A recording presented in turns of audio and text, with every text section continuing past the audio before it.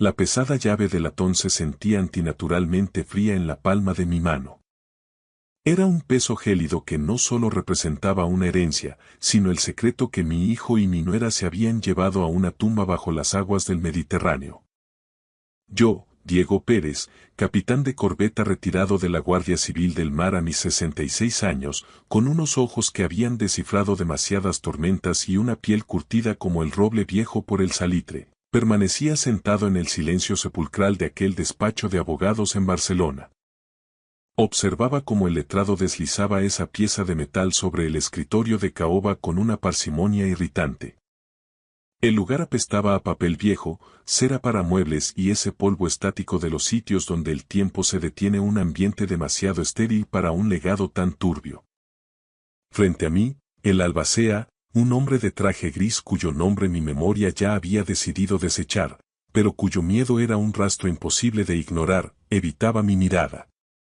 Era un profesional curtido en los detalles rutinarios de la muerte, un notario de finales previsibles. Sin embargo, no podía evitar que sus dedos temblaran ligeramente al entregarme el sobrelacrado con las últimas voluntades de Silas Sirria. Junto a la llave, deslizó un trozo de papel con unas coordenadas GPS que, a simple vista, carecían de lógica cartográfica. Silas Sirria fueron categóricos, capitán, susurró, con la voz quebrándose levemente bajo el peso de una responsabilidad que claramente le sobrepasaba. El protocolo es estricto. Debe acudir usted solo. Sin su hija Alara, sin su yerno Leandro. Únicamente usted. Fruncí el ceño, sintiendo que la sospecha subía por mi pecho como una marea fría y oscura en una noche de temporal. ¿Por qué estas coordenadas en mitad de la nada? Mi voz sonó más ronca de lo habitual. El patrimonio de mi hijo estaba en el centro de la ciudad, en fincas urbanas, no en un risco perdido de la costa gerundense. Yo sabía bien lo que Silas decía de aquel terreno junto al mar. Que no era más que un matorral baldío, un pedazo de roca sin valor que solo servía como un gasto deducible de impuestos para sus empresas de biotecnología. El abogado desvió la mirada hacia la pesada puerta de roble del despacho antes de inclinarse hacia mí, revelando la verdadera y perturbadora naturaleza de nuestra cita. Silas y Ria habían dejado establecida una cláusula de última voluntad automática. La llave y las coordenadas solo debían serme entregadas si, transcurridos exactamente 6 meses desde el fatídico accidente que lo sepultó en el mar, Alara no me había revelado la verdadera naturaleza de esa propiedad. Habían pasado 6 meses exactos, ni un día más, ni una hora menos. Realmente un hombre como mi hijo, que detestaba el mar y el balanceo de las cubiertas, compraría una estructura asomada al mismísimo abismo del acantilado. ¿O era el océano, ese viejo confidente mío, simplemente un lugar conveniente para ocultar lo que no debía ser encontrado? Esa pregunta me martilleó las sienes mientras abandonaba el edificio y subía a mi vieja patrullera de asfalto, una camioneta que ya conocía demasiados inviernos. El trayecto por la carretera nacional hacia la Costa Brava se convirtió en un túnel de color ceniza. Una niebla densa, de esas que en la marina llamamos boca de lobo, se tragaba el asfalto, reduciendo mi mundo al rítmico quejido de los limpiaparabrisas y al olor del café rancio en el habitáculo. Mi hijo y mi nuera habían sido mentes de ciencia, investigadores de élite que veneraban la lógica empírica por encima de todo. Sin embargo, me habían atraído hasta aquí, a un lugar donde los puntos de referencia desaparecían bajo el blanco de la bruma. El GPS me obligó a abandonar la carretera principal para adentrarme en un camino privado sin señalizar, oculto tras una cortina de pinos deformados por la tramuntana. Las ramas se extendían sobre el capó como dedos esqueléticos que intentaran detener mi valenzuela. El dispositivo emitió un último pitido, casi una burla electrónica. Ha llegado a su destino. Pero ante mí solo se alzaba una muralla de niebla. Detuve el motor frente a una imponente puerta de hierro forjado. El silencio que siguió era absoluto, una presión sorda que hacía que la sangre golpeara mis oídos. Bajé de la cabina esperando encontrar el óxido y el abandono de un terreno baldío, tal como Silas lo había descrito en vida. En cambio, al rozar la cerradura, mis dedos se mancharon de una grasa técnica impecable. El mecanismo había sido lubricado recientemente, el metal brillaba con un fulgor aceitoso bajo la luz difusa. Miré hacia el suelo de grava. Allí, marcadas a fuego en la tierra húmeda, había huellas frescas de neumáticos de gran perfil. Reconocí ese dibujo de rodadura al instante. Eran los Michelin de altas prestaciones del Mercedes de mi yerno. El calor de la presencia de alguien más parecía vibrar todavía en el aire saturado de humedad. Palpé la culata de mi arma personal, oculta con discreción bajo la chaqueta de loneta, mientras mis botas crujían sobre una grava que había sido removida apenas unos minutos antes. La niebla se sentía como lana mojada contra mi rostro, pero el rastro de Leandro era una señal de alarma que no podía ignorar. Seguí las marcas pasando el muro de pinos hacia lo que debía ser una choza de madera de cedro, esa inversión ruinosa de la que Sila se mofaba. Mis ojos, entrenados en las guardias nocturnas, buscaban el brillo del sedán de lujo, esperando encontrar el coche de mi yerno aparcado con su habitual arrogancia frente a la entrada. Pero la explanada estaba vacía. No tenía sentido náutico ni terrestre. Las huellas terminaban abruptamente sobre una plataforma de hormigón que lucía demasiado limpia, demasiado perfecta para un acantilado azotado por la erosión. Al pisar el centro de la plataforma, detecté las finas líneas de un elevador hidráulico industrial camuflado con maestría. El coche no se había marchado, el subsuelo se lo había tragado. Un penetrante olor a ozono, el aroma químico de las tormentas eléctricas y los laboratorios, flotaba en el ambiente, contrastando violentamente con el olor a algas podridas y salitre de la costa. Entonces, la estructura surgió de la niebla de Girona. Paredes de hormigón visto y ventanales de cristal ahumado que devolvían una mirada fría, como espejos de obsidiana. Era una fortaleza disfrazada de arquitectura moderna, una estructura depredadora que me observaba en silencio. Saqué la pesada llave de latón de mi bolsillo. Esperaba la resistencia de un perno oxidado por el aire marino o el quejido de una bisagra castigada. Pero, en cuanto giré el metal, la puerta se deslizó sobre rodamientos industriales con un siseo casi imperceptible. Tienes que entenderlo. Una casa en esta zona del Ampurdán debería oler a pino, a sal y a humedad vieja. Este lugar, sin embargo, olía a la asepsia metálica de un quirófano de alta resolución. El vestíbulo era una transición brutal, un tajo seco entre el exterior salvaje del Ampurdán y una realidad clínica que no debería existir. No encontré ni rastro del serrín ni de las supuestas reformas que mi hija Alara mencionaba con tanta ligereza en nuestras cenas dominicales. No había vigas expuestas esperando el toque de un carpintero, ni el caos propio de una obra. En su lugar, me topé con un pasillo panelado en vidrio templado y cedro blanco, una combinación impecable que despedía un aroma a antiséptico hospitalario de alta gama y un rastro casi imperceptible de cítricos industriales. Mis botas de suela de caucho, pesadas y cubiertas del barro del acantilado, se sentían como una profanación sobre aquel suelo de resina blanca. Silas, Ria. ¿Qué demonios estabais construyendo aquí? La pregunta fue un susurro que murió ahogado instantáneamente por los paneles acústicos del techo. A Valenzuela por el corredor, manteniendo la mano derecha apoyada con firmeza sobre la empuñadura de mi arma en el bolsillo de la chaqueta. El silencio de aquel pasillo no era el de una vivienda deshabitada, era el zumbido eléctrico de un depredador conteniendo el aliento, el sonido de sistemas de soporte vital trabajando a pleno rendimiento.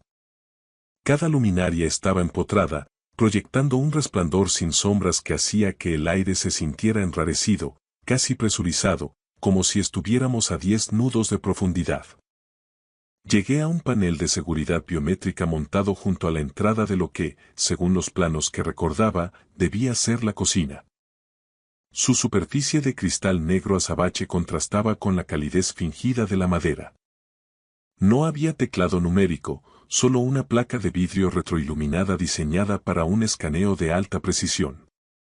Mi mano dudó, movida por un rechazo instintivo hacia esa tecnología que parece despojar al hombre de su privacidad, pero la curiosidad del viejo marino venció a la cautela del oficial.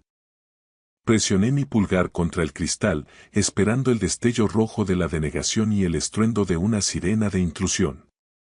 En cambio, la pantalla parpadeó y mostró una línea de texto en un azul quirúrgico que me heló la médula. Autorización de emergencia. Capitán Pérez. Mi huella dactilar había sido dada de alta en el sistema mucho antes de que Silas y Ria encontraran su final bajo el agua. El panel emitió un pitido suave y toda la sección de la pared de la biblioteca comenzó a deslizarse hacia atrás con el suspiro hidráulico de un sello neumático, revelando el mundo que mi hijo y mi nuera habían muerto por proteger. Crucé el umbral, llevando la mano instintivamente a la espalda, buscando la guardia. Pero lo que vi no requería fuego, sino un milagro.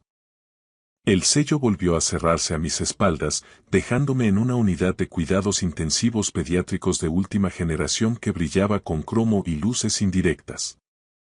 Aquello no era la clínica clandestina de un sótano, era una fortaleza médica de miles de millones de euros. 3 camas de alta complejidad ocupaban el centro de la sala, cada una envuelta en una arquitectura tecnológica que hacía parecer prehistóricos a los mejores hospitales universitarios de Madrid o Barcelona. El aire estaba saturado de ozono y desinfectante de grado quirúrgico, un sabor metálico que se adhería a la lengua como el sabor del miedo antes de un abordaje. Mientras caminaba por aquel santuario de acero y cristal, algo me obligó a detenerme en seco. Uno de los respiradores de alta presión que zumbaban junto a la cama más cercana llevaba un pequeño sello de latón remachado con el emblema de mi antigua unidad de la Guardia Civil. Era equipo especializado de búsqueda y rescate, material oficial que había sido reportado como perdido en acto de servicio durante un simulacro de hundimiento hace 5 años. Silas y Ryan no solo habían diseñado un laboratorio, habían estado desviando recursos de las sombras, canibalizando suministros oficiales para levantar este lugar. El silencio de la sala solo se quebraba por el siseo rítmico de los ventiladores y el carillón melódico de los monitores de constantes que proyectaban un frío resplandor azul sobre el suelo prístino. Sentí la abrumadora certeza de que el hijo y la nuera que yo creía conocer eran solo fragmentos, proyecciones calculadas de las personas que realmente habían vivido entre estas paredes. ¿Cuántas vidas se habían negociado, comprado o salvado aquí dentro? Mientras yo pensaba que mi hijo se había limitado a ser otro cardiólogo de éxito con despacho en la zona alta de la ciudad, el siseo de la filtración de aire industrial parecía mofarse de mi ignorancia. De repente, una mujer con bata blanca salió de un despacho lateral. Su rostro estaba marcado por una ferocidad agotada, la mirada de quien lleva demasiado tiempo en una trinchera. Era la doctora Elena Soler, una eminencia en bioinformática de la que había oído hablar vagamente. Tenía el cabello canoso recogido en un moño tan tenso que parecía tirarle de las sienes. Emergió de las sombras con una mirada donde la esperanza y la amenaza luchaban por el control. Me apuntó con un mando de seguridad con la firmeza de quien sostiene un detonador remoto. Ni un paso más, ordenó, con una voz fina pero afilada como un bisturí. La alarma silenciosa ya está activa. ¿Quién le envía? ¿Viene de parte de Farmaiberia? Me mantuve firme, con las manos a la vista pero lejos de mi arma, proyectando esa autoridad calmada que solo se adquiere tras décadas en el puente de mando de una patrullera pesada. Soy Diego Pérez. Silas era mi hijo. Ria era mi nuera. Y sospecho que usted es la razón por la que ellos no dejaron de mirar por encima del hombro durante los últimos 3 años. Su postura defensiva se relajó 1 milímetro al escuchar los nombres. Su pulgar dejó de presionar con tanta fuerza el botón del mando. Me escaneó con la mirada, buscando un parecido familiar bajo la luz clínica de los fluorescentes. Pude ver cómo la sospecha libraba una última batalla contra su agotamiento extremo. Bajó el brazo, pero sus ojos permanecieron alerta, siguiendo cada uno de mis movimientos con la precisión de un radar. Tiene que comprender una cosa, capitán, dijo, bajando la voz hasta convertirla en un susurro de urgencia vital. Esa alarma que he mencionado no avisa a la comandancia ni a la policía local. Está vinculada a un servidor encriptado en el extranjero. Si no introduzco mi código de vida cada 30 minutos, toda la base de datos de la investigación, todo aquello por lo que Silas y Ria entregaron sus vidas, será borrado de la existencia en un segundo. Dejó el mando sobre una mesa auxiliar. Sus ojos buscaron cualquier rastro de engaño en los míos antes de añadir en un hilo de voz. Silas me aseguró que terminaría viniendo. Dijo que usted era el único hombre capaz de navegar en la tormenta que se nos viene encima. En ese momento, un monitor principal cobró vida. Mi pulso comenzó a martillear contra mis costillas mientras los rostros de mi hijo y mi nuera se materializaban entre la estática digital. Sus ojos parecían alcanzarme desde el otro lado de la laguna Estigia. La doctora Soler manejaba la consola con una rapidez clínica que delataba que había reproducido esas imágenes 1.000.000 de veces. La luz azul se reflejaba en mis ojos cansados, subrayando las arrugas de mi rostro como si fueran el mapa de un territorio que ya no reconocía como mío. En la pantalla, Silas Pérez, cardiólogo pediátrico de 41 años, con una sonrisa cansada pero aún cálida, miraba a la cámara como quien graba su propio epitafio. A su lado estaba Ria, patóloga forense con una mirada afilada, manteniendo su mano sobre la de Silas en un juramento silencioso. Mi hijo tomó aire, con voz firme a pesar de la granulación del video. Papá, si estás viendo esto. Es que la niebla finalmente nos ha alcanzado. No nos busques a nosotros, Diego. Busca a los niños. Procedió a explicar la rebelión médica Protocolo 7, desgranando cómo habían pasado a la clandestinidad cuando el gigante farmacéutico Pharmaiberia intentó comprar y sepultar su cura para el neuroblastoma pediátrico por una simple cuestión de rentabilidad. Ria tomó la palabra entonces, con la voz cargada por el recuerdo de nuestra pequeña Lucía, la nieta que perdimos demasiado pronto. Ya no somos solo médicos, Diego. Somos prófugos de un sistema que valora más los dividendos trimestrales que el latido del corazón de un niño de 6 años. Elegimos este exilio para que otras familias no tengan que repetir nuestra tragedia. La doctora Soler se inclinó sobre la terminal, hablando con voz ronca. Esto no es un simple archivo guardado, capitán. Se estaba transmitiendo en tiempo real a un satélite seguro mientras ocurría el accidente en el mar. Silas y Ria sabían exactamente lo que estaba sucediendo mientras su embarcación se iba a pique. Se aseguraron de que la verdad sobreviviera, aunque ellos fueran sacrificados. ¿Cuántas veces me había sentado a comer un arroz un domingo con el mismísimo hombre que, quizá, estaba contando los minutos para que los pulmones de mi hijo se llenaran de agua salada? El pensamiento fue un impacto físico, más doloroso que cualquier golpe de mar que hubiera encajado en mi vida. El video se volvió más sombrío cuando Silas reveló que habían estado bajo vigilancia permanente. Advirtió que alguien de nuestro círculo más íntimo había estado filtrando sus movimientos a Pharmaiberia. Mencionó a un intermediario, una sombra que conectaba los despachos de guante blanco con los sicarios del mercado negro. Vi cómo la compostura de mi hijo se quebraba por un instante, dejando ver el terror de un hombre que sabe que su reloj se ha detenido. Nos ofrecieron un retiro dorado a cambio de nuestro silencio, dijo Silas mirando al vacío. Cuando decidimos quemar el puente, ellos decidieron quemar el barco con nosotros dentro. Revisa los cimientos, papá. La podredumbre está mucho más cerca de lo que imaginas. El frío glacial del aire acondicionado del laboratorio se sentía ahora como el roce de un cadáver. El olor a ozono se espesó, dificultando cada bocanada de aire. Mi hijo y mi nuera no habían muerto por una tormenta de verano. Habían muerto por pura codicia corporativa. Me acerqué a la pantalla, congelando el fotograma y ampliando los píxeles hasta que la imagen empezó a romperse. Mientras la cámara hacía un breve barrido en los segundos finales, captó un reflejo borroso en el cristal de la ventana, detrás de Silas. Estaba lejos, a medio ocultar por el salitre de la costa, pero la silueta era inconfundible para un ojo experto. Reconocí el perfil hidrodinámico y el distintivo borde plateado de una lancha rápida negra, un modelo de alta gama que mi yerno, Leandro Merchán, solía alquilar con sospechosa frecuencia para sus supuestas jornadas de pesca.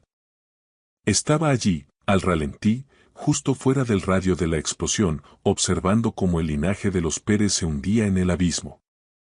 La rabia afloró como un ancla fría y conocida en mi pecho. Pero cuando la doctora Soler me condujo hacia la mampara de vidrio de la sala contigua, la ira fue reemplazada por un sentido del deber hueco y desgarrador. Había algo más en esas camas. Me aparté de la pantalla congelada, pero la imagen de la lancha negra de Leandro quedó grabada en mis retinas como un hierro candente. Mis manos permanecían firmes, fruto de una disciplina de hierro forjada en décadas de guardias encubierta, pero mi mente era un hervidero de sospechas que empezaban a encajar con una precisión aterradora. La doctora Soler no me concedió ni un segundo para ahogarme en el duelo. Extrajo los datos encriptados del protocolo 7 en una tableta secundaria. El resplandor azulado de los gráficos de supervivencia se reflejaba en el cristal estéril de la estancia, proyectando sombras alargadas sobre las paredes. Explicó que Silas y Ryan no se habían limitado a encontrar un tratamiento paliativo, habían diseñado una terapia de activación inmunológica sistémica capaz de aniquilar las células del neuroblastoma con una tasa de éxito, sin precedentes del 87%. En un mundo médico dominado por los cuidados crónicos, aquello era un milagro que amenazaba cimientos financieros enteros. Sin embargo, la victoria era tan revolucionaria como frágil. Me reveló que la terapia no era un fármaco que pudiera sintetizarse en masa, era un tratamiento celular vivo, derivado de marcadores genéticos únicos de Silas y Ryan. Esto significaba que la cura moría literalmente con ellos, a menos que las muestras criogenizadas en esta instalación fueran custodiadas como el tesoro más valioso de la corona. Mi hijo y mi nuera no eran solo médicos, susurré, observando las curvas de remisión en el monitor. Eran insurgentes. Eran revolucionarios en bata blanca. Las estadísticas son solo abstracciones numéricas hasta que una de ellas te mira a los ojos y te pide una galleta. Sentí esa verdad de forma visceral en cuanto entramos en la zona clínica. El aire aquí cambiaba sutilmente. Ya no olía a ozono industrial, sino a una mezcla de lavanda estéril y zumo de manzana. Me presentaron a Sara, una niña de 7 años que prosperaba contra todo pronóstico tras haber sido enviada a casa por los grandes hospitales de Barcelona para recibir cuidados paliativos. Estaba sentada en su cama, coloreando con una concentración feroz el dibujo de un faro. A diferencia de la imagen de fragilidad que yo esperaba encontrar, Sara lucía una vitalidad desafiante. Cuando levantó la vista, su mirada era clara, libre de la bruma de los sedantes fuertes. El zumbido de su monitor cardíaco era un pulso rítmico y saludable que llenaba la habitación. ¿Es usted el padre del doctor Silas y la doctora Ryan? Preguntó con una voz pequeña pero firme. Tiene los mismos ojos tristes que ellos cuando pensaban que yo no los veía. Me arrodillé junto a su cama, sintiendo el crujido de mis rodillas, ese recordatorio físico del peso de los años. Aquella sala no era una habitación de hospital, era un bote salvavidas en mitad de un océano negro, y yo era el único hombre que quedaba con fuerza para empuñar los remos. Estiré la mano y sentí el calor de su pequeña palma mientras ella presionaba un lápiz de colores contra la mía, como si me entregara un relevo. El doctor Silas y la doctora Ryan me prometieron que vería el mar de verdad muy pronto, dijo ella con una sonrisa esperanzadora. Estoy aquí para terminar lo que ellos empezaron, pequeña, respondí, y sentí como el manto de protector se asentaba sobre mis hombros con el peso del plomo. Te doy mi palabra de marino. Sara me entregó el dibujo en el que trabajaba. No era un simple faro de postal. Era un mapa detallado de la línea de la costa gerundense, trazado con una precisión topográfica que me erizó el vello.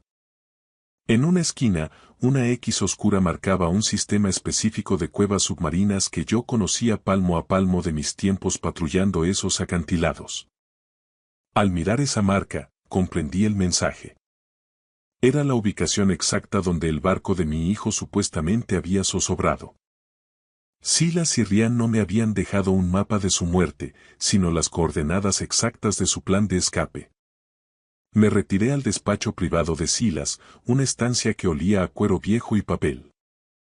La puerta se cerró con un golpe sordo que resonó en mi pecho como el cierre de un mamparo. Me senté tras su escritorio de caoba y comencé una auditoría sistemática de los archivos. A medida que profundizaba, la magnitud de la operación me paralizaba. En los últimos 5 años, habían tratado a 63 niños en el más absoluto secreto. Cada expediente era el testimonio de un milagro médico, con tablas de recuperación que desafiaban cualquier protocolo oncológico estándar.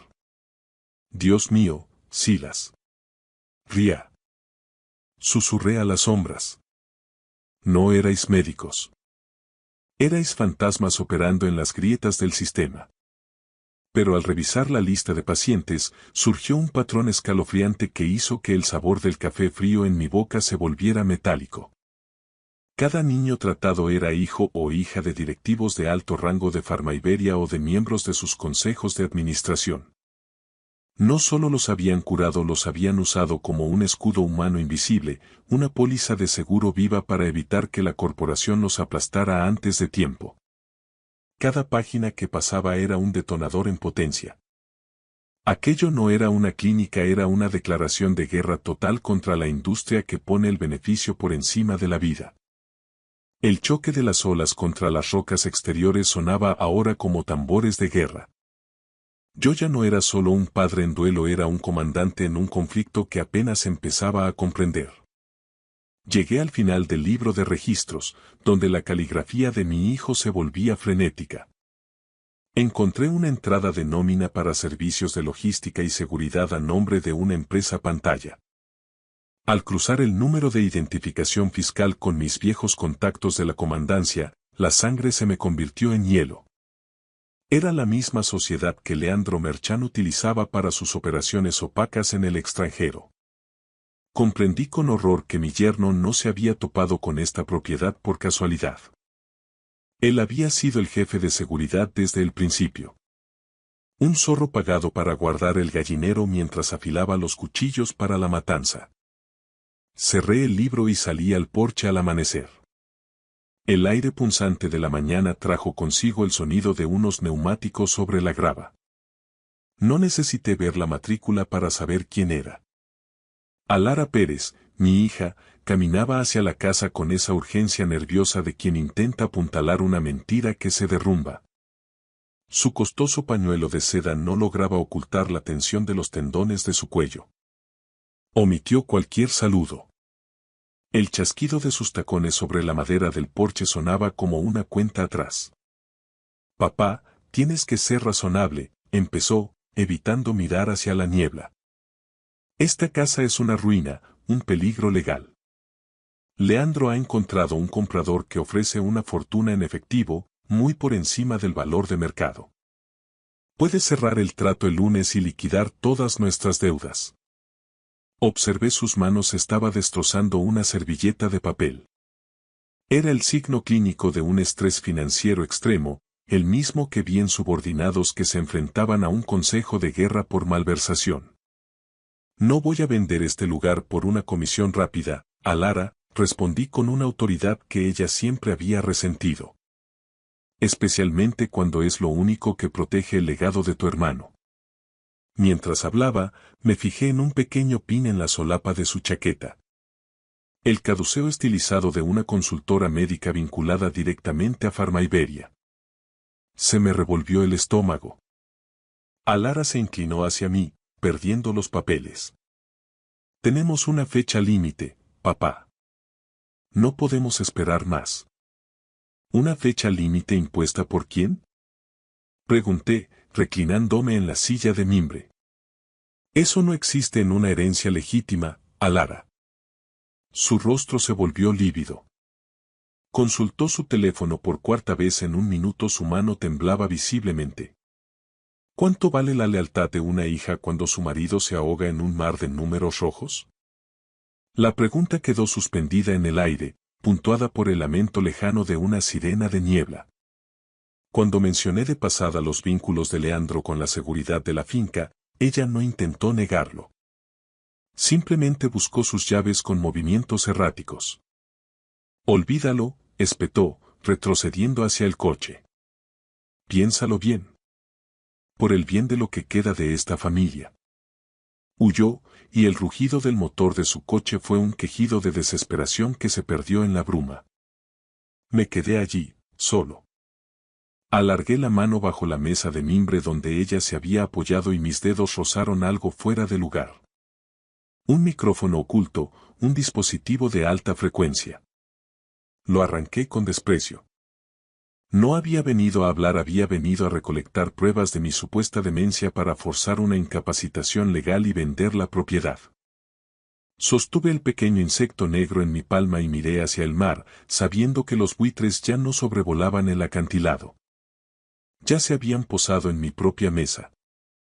Extendí las fotografías de la autopsia y los extractos de los diarios de navegación sobre el escritorio de caoba. Mis ojos escaneaban los datos con la precisión milimétrica de un hombre que ha pasado 3 décadas rescatando cadáveres de pecios, restos de accidentes que, en la mayoría de los casos, no tenían nada de accidentales. El estudio estaba saturado con el olor a tóner rancio y papel viejo, un aroma que antes me transmitía seguridad, pero que hoy se sentía como el aliento seco de una cripta. Mi atención se clavó en el informe oficial de la comandancia sobre el día en que Silas y Ria perdieron la vida. Crucé la altura de las olas y la velocidad del viento real reportada por las boyas de Metz con el diseño de la quilla y el desplazamiento del velero de mi hijo. Los registros oficiales afirmaban que una ráfaga súbita de tramontana había trabado la mayor, provocando el vuelco. Sin embargo, los números contaban una verdad muy distinta. Una racha de 12 nudos no tumba a un crucero de esa clase, y menos a uno patroneado por alguien que aprendió a navegar antes que a caminar. Silas. Ria. Susurré, mientras mi enfoque analítico se afilaba hasta convertirse en una furia fría. Con el lastre que llevabais en la orza, ese barco era un tentetieso. Aquello no lo volcó el viento. Conocía ese barco hasta el último remache, yo mismo les había ayudado a revisar el aparejo antes de la temporada. Al investigar la firma del instructor en el atestado inicial, encontré un nombre que hizo que el sabor amargo de la hiel subiera a mi garganta. El cabo Miller. Era un agente que yo mismo había expulsado del servicio marítimo años atrás por aceptar sobornos de las mafias del Coral Rojo. Ver su rúbrica en el visto bueno era una confesión en toda regla. Era exactamente el tipo de calaña que Leandro Merchant tendría en nómina para hacer desaparecer verdades bajo el fango. El océano nunca miente, las personas, en cambio, son expertas en el naufragio moral. Pasé de los registros a las fotos forenses de alta resolución. La textura granulada de las imágenes en mi pantalla se volvió borrosa por un segundo mientras luchaba contra una punzada de dolor físico, pero me obligué a mantener los párpados abiertos. Ignoré los daños por la inmersión y la piel pálida, centrándome en los profundos hematomas circunferenciales alrededor de las muñecas y los tobillos de mi hijo. El forense los había catalogado como traumatismos por impacto contra el aparejo durante el vuelco, pero yo he visto demasiada violencia en alta mar para tragarme esa mentira. El aparejo de un velero no deja marcas circulares, limpias y perfectas. Aquellas eran las huellas de tensión específicas dejadas por bridas de nylon de alta resistencia, de esas que usan en los astilleros industriales. Los maniatasteis a su propio barco antes de que el casco tocara el fondo. ¿Cuántos otros accidentes habría financiado Farmaiberia para mantener a flote su monopolio de sangre? Revisé el log del GPS y encontré una discrepancia masiva. El barco había sido hundido deliberadamente en una fosa de aguas profundas donde nunca debió ser hallado. El plan era que se desvanecieran en el lodo del cañón submarino, pero un cambio en la corriente de fondo, uno que solo un veterano de estas costas habría anticipado, empujó los cuerpos hacia la costa 3 días más tarde de lo previsto. Su propia soberbia técnica me había servido las pruebas en bandeja de plata. Me recliné, con la mano temblando ligeramente mientras alcanzaba la lupa. Volví a comparar la muñeca de mi hijo con la foto de vigilancia de la lancha que Leandro había sacado de la marina aquel mismo mediodía. Amplié la imagen de la cubierta de la motora y allí estaba, en un ovillo descuidado cerca del espejo de popa. Un tramo de la misma drisa de nylon azul que había firmado la sentencia en la piel de Silas y Ria. Los buitres no solo habían aterrizado, habían dejado su tarjeta de visita en el escenario del crimen. No esperé a que la campana sobre la puerta de la farmacia dejara de sonar antes de clavar mis ojos en el boticario. La carpeta con las fotos de la autopsia pesaba en mi mano como un ancla de plomo. Miller, el farmacéutico local, con ojos esquivos y los dedos amarillentos por el manejo de reactivos, estaba tras el mostrador como un reo esperando el garrote vil. El chirrido de mi suela sobre el linóleo sonaba como el veredicto de un tribunal. No saludé. Desplegué la lista de compuestos oncológicos que encontré en el laboratorio secreto y vi cómo el rostro de Miller perdía hasta el último rastro de color. Silas era un buen hombre. Tartamudeó, mientras sus dedos tamborileaban nerviosos sobre la caja registradora. Yo solo ayudaba a esos niños, comandante. Los hombres buenos no te piden que falsifiques los libros de sustancias controladas, Miller, sentencié, bajando mi voz a esa frecuencia de mando que no admite réplica. No tienen por qué hacerlo. Vi cómo su compostura se deshacía. Sabía que yo tenía en mi poder las pruebas para enviarlo a prisión y revocar su licencia de por vida. Miller miró hacia la calle con pavor y me hizo una señal para que pasáramos a la rebotica. Allí, entre estanterías cargadas de viales, la máscara de decencia cayó por completo. Me confesó que Silas no solo compraba suministros, le entregaba muestras del suero del protocolo 7 para que Miller las ocultara en una cámara frigorífica camuflada bajo el suelo, por miedo a que Farmaiberia asaltara la finca. En este pueblo, la niebla oculta las casas, pero el libro de contabilidad oculta los pecados más atroces. Miller sacó un cuaderno manuscrito, con las páginas amarillentas, que nunca había pasado por un escáner digital. Explicó que Silas pagaba el triple del precio de mercado, pero el dinero no salía de sus cuentas personales. Venía a través de un mensajero de confianza. Miller describió a un hombre de traje impecable y modales cínicos, una descripción calcada de Leandro, que entregaba personalmente maletines con efectivo para asegurar que ciertos viales permanecieran fuera de cualquier radar logístico. El tipo del Mercedes me dijo que todo era parte de un ensayo clínico confidencial de la corporación, susurró Miller, sudando frío. Me convenció de que estaba salvando vidas bajo cuerda. Estaba comprando tu silencio, Miller, respondí con una resolución de acero. Y la vida de mi hijo fue el interés que cobró por ese préstamo. Miller se arrodilló y levantó una sección de las tablas del suelo, revelando una caja fuerte oculta. Al abrirse, el olor a ozono y medicina saturó el aire. Pero fue un pequeño trozo de papel pegado al último lote lo que me detuvo el corazón. Era una nota escrita con la caligrafía de Ria, frenética, casi ilegible. Leandro está preguntando por el almacenamiento en frío.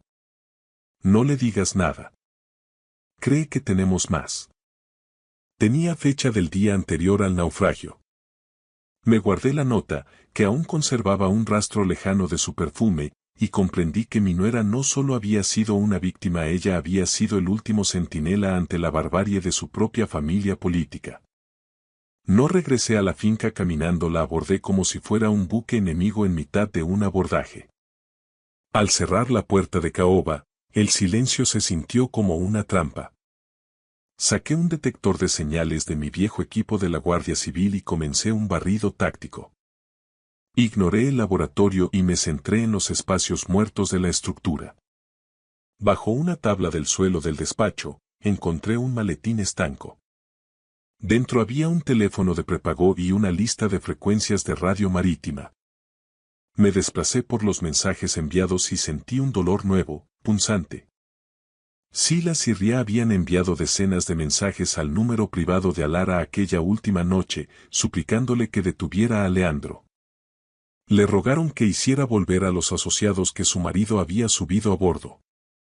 Ella no contestó. Ni una sola vez. Eran las voces de dos muertos atrapadas en una caja de plástico, gritando contra una marea que ya los había engullido. Pulsé el botón de reproducción del último mensaje de voz. El audio estaba sucio, lleno de estática y del rugido del motor y el viento. Papá, si encuentras esto. Intentamos avisarte. Leandro no es solo un gestor. Es el limpiador. Lleva meses vendiendo nuestra posición. Se oyó el estruendo de una lucha. Botas golpeando con fuerza la cubierta de fibra de vidrio y el siseo del agua rompiendo contra el casco. Puedo oírle subir por la escala de gato, susurró Silas, con una voz rota por un terror primario. Dile a Alara. Dile que lo siento, que no pude protegerla de él. ¿Cómo puede un padre escuchar el último aliento de su hijo y seguir considerándose un protector? El silencio que siguió en la biblioteca fue insoportable. Pero al reproducir los últimos segundos una vez más, escuché algo que me hizo apretar los dientes hasta que crujieron. El distintivo chirrido electrónico del mismo micrófono de alta frecuencia que yo acababa de arrancar de mi propio porche. Alara no solo no les respondió, ella estaba escuchando en directo cómo los ejecutaban. ¿Quieres saber cuál es la verdadera diferencia entre un depredador y un padre? Un depredador sabe con precisión quirúrgica cuánto vale tu vida en efectivo. Un padre, en cambio, no se da cuenta de que su carne tiene un precio hasta que está mirando el rastro de una transferencia bancaria. Mis contactos en la unidad de delitos económicos lograron el premio gordo a medianoche. Me llegó un dossier encriptado detallando un depósito de 500.000 euros a nombre de IG Strategic Consulting, una conocida empresa pantalla que Pharmaiberia utiliza para sus operaciones de limpieza.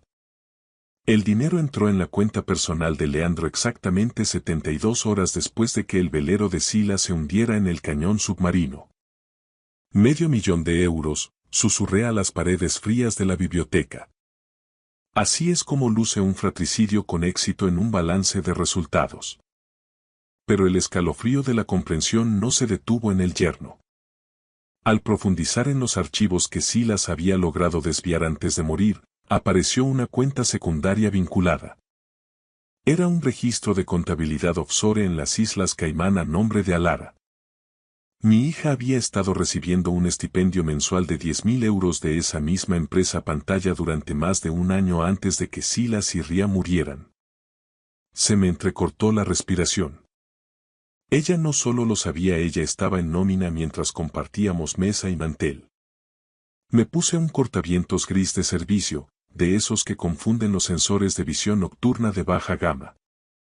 Guardé el puente de encriptación y las notas de Ria en el bolsillo interior de mi chaqueta. El peso de la unidad se sentía como una granada de mano con el seguro quitado contra mis costillas. Tenía que moverme. Miré el monitor perimetral por última vez. Un hombre con auriculares tácticos y movimientos de profesional bajaba de un vehículo oscuro al final del camino. El punto rojo de su mira láser recorría los pinos con una parsimonia depredadora mientras se aproximaba a la puerta que yo había lubricado horas antes. ¿Cuántas veces se había sentado Leandro a mi mesa mientras sus asociados trazaban el rumbo hacia el asesinato de mi hijo? Aparté el pensamiento con un esfuerzo de voluntad, eligiendo el enfoque táctico sobre el lujo de la rabia. Me retiré hacia la parte posterior del laboratorio, entrando en un túnel de drenaje estrecho y húmedo que Silas había mapeado meticulosamente como una ruta de infiltración y evacuación de emergencia. El olor claustrofóbico a hormigón mojado y salitre viejo me oprimía mientras avanzaba. El único sonido era el golpe rítmico de la marejada contra los acantilados. Mis botas de suela blanda no hacían ruido. Me arrastré a través de la oscuridad, con el aire volviéndose más gélido hasta que el túnel desembocó en un estrecho saliente sobre el oleaje bravo de la Costa Brava. El mordisco del viento me golpeó la cara como una bofetada necesaria. Bajé a la pequeña cala de guijarros, con la oscuridad envolviéndome como una mortaja. Escaneé la orilla, esperando estar solo con la marea, pero me quedé petrificado. Allí, iluminadas por la tenue luz de una luna menguante, había unas huellas frescas que se alejaban del agua y se dirigían directamente hacia la entrada del túnel del que yo acababa de salir. Eran pisadas pequeñas, ligeras y muy recientes. Mi corazón martilleó contra mis costillas mientras estudiaba el rastro en la arena húmeda. Volví la vista hacia la casa y comprendí la magnitud del desastre. La amenaza no solo venía de fuera de la familia. Alguien más había traspasado el perímetro antes que yo, y ese alguien seguía allí dentro, moviéndose entre las sombras de la fortaleza. Regresé a la casa principal minutos después, fingiendo la desorientación de un anciano superado por las circunstancias. Es que... No recuerdo dónde he dejado las gafas, murmuré, arrastrando las palabras con una torpeza estudiada. Lo veo todo tan borroso, Alara. Mi hija se acercó y me dio unas palmaditas en la mano. El aroma empalagoso de su perfume caro chocaba con el amargo olor químico del reactivo de toxinas que yo mantenía oculto en la palma de mi mano. No te preocupes, papá, dijo con una dulzura que ahora me resultaba repulsiva. Ya estoy aquí para cuidarte. Yo me encargaré de todo a partir de ahora. Solo bebe un poco de agua, estás deshidratado. Sirvió un vaso de mi botella abierta en la encimera y lo puso frente a mí con una sonrisa gélida. Esperé hasta que se retiró al salón para hacer lo que supuse sería una llamada de confirmación. En ese momento, saqué el kit de detección clandestina que llevaba oculto bajo la manga. Analicé el agua y el residuo de la cafetera. La tira reactiva se tiñó de un púrpura intenso. Un derivado de benzodiazepina de alta afinidad. Era una herramienta de extracción profesional, diseñada para inducir amnesia anterógrada y desorientación severa sin dejar rastro en un análisis convencional. Mi sangre se convirtió en hielo cuando, acto seguido, revisé mi organizador de pastillas. Alara ya había reemplazado mi medicación para la tensión por placebos inertes. No solo estaba esperando a que me apagara, estaba desmantelando activamente mi fisiología para asegurar que mi declive mental pareciera una consecuencia natural del duelo. Un hogar es un santuario hasta que la persona que posee la llave te quiere muerto por una cuestión de dividendos. Pasé las siguientes horas bajo la apariencia de estar ordenando la casa, moviéndome con una lentitud que enmascaraba una precisión táctica absoluta. Comencé a instalar cámaras de microapertura que había adquirido bajo nombre falso semanas atrás. Las oculté en detectores de humo, en las rejillas del aire acondicionado y en el lomo de un ejemplar de la busca en la estantería. Las lentes, finas como agujas, eran invisibles, creando una red de vigilancia de 360 grados. Dirigí el tráfico de datos a través de un repetidor de la Guardia Civil para evitar que detectaran actividad en la IP de la casa. El pitido sordo del puente de encriptación era mi única canción de resistencia. ¿Cuántos accidentes domésticos comienzan con un vaso de agua y la sonrisa preocupada de una hija primogénita? Me moví hacia el vestíbulo para colocar el último sensor, oteando a través de las cortinas. A 2 manzanas, un SUV negro permanecía al ralentí con las ventanillas tintadas. Los buitres de Farmaiberia habían seguido a su presa hasta la madriguera. Regresé al sótano, donde el aire seco me ayudó a estabilizar el pulso mientras encendía la tableta de control. ¿Crees que soy yo el que ha perdido el rumbo, Alara? Susurré mientras la pantalla parpadeaba. Nunca he navegado con una visibilidad tan clara. La luz azulada del monitor mostró el salón en alta definición. Vi cómo la primera imagen en directo captaba a mi hija. Ya no lloraba, ni fingía el papel de heredera afligida. Estaba de pie, frente al espejo, ensayando una expresión de tristeza mientras contaba fardos de billetes que Leandro acababa de sacar de una caja fuerte de pared que yo ni siquiera sabía que existía. El espectáculo era tan grotesco que sentí ganas de vomitar, pero el oficial que llevo dentro me obligó a seguir mirando. La tormenta ya estaba aquí, y yo era el único muro que quedaba entre los niños del laboratorio y los monstruos que los llamaban patentes vivas. Alara se acercó más, el tic-tac rítmico del reloj de la cocina midiendo los últimos segundos de mi supuesta libertad. ¿Cuántas veces le había enseñado yo a ser valiente, solo para que ella usara ese valor para enterrar en vida a su propio padre? Si crees que es lo mejor, cariño, susurré, proyectando la imagen de una sumisión rota y asustada, la de un viejo oficial que ha perdido el norte. Solo quiero dejar de estar tan confundido. Quiero que esta niebla se vaya de mi cabeza. Tomé el bolígrafo y comencé a firmar los documentos de internamiento voluntario en el centro psiquiátrico que habían elegido para mí. Moví la punta por la página con una precisión lenta y deliberada. No estaba firmando para entregar mi vida, estaba ejecutando una caligrafía de socorro marítimo, una variación sutil y codificada de mi rúbrica que mi banco y mi abogado personal estaban entrenados específicamente para reconocer como una señal de coacción. Alara tomó los papeles con una sonrisa triunfante, una chispa de codicia iluminándole los ojos, sin saber que la tinta en esa página era el primer eslabón de la soga legal que empezaba a cerrarse sobre su cuello. Había una especie de simetría oscura en todo este entramado. Gregorio Valenzuela, el alto ejecutivo de Farmaiberia, resultó ser el padre biológico del abogado que me había entregado las llaves de la finca. El círculo de la traición era perfecto. Se extendía desde el sistema legal hasta la junta médica. Miré la foto de Valenzuela en la pantalla de mi terminal y comprendí que no era solo un directivo corrupto, él era quien había autorizado los pagos a la empresa Pantalla de Leandro 6 meses antes de que el barco de Sila se fuera a pique. No solo habían asesinado a mi hijo, habían comercializado las cenizas. La lluvia golpeaba mi parabrisas como una ráfaga de fuego de armas ligeras mientras conducía por las calles esqueléticas de la ciudad hacia el punto de encuentro clandestino.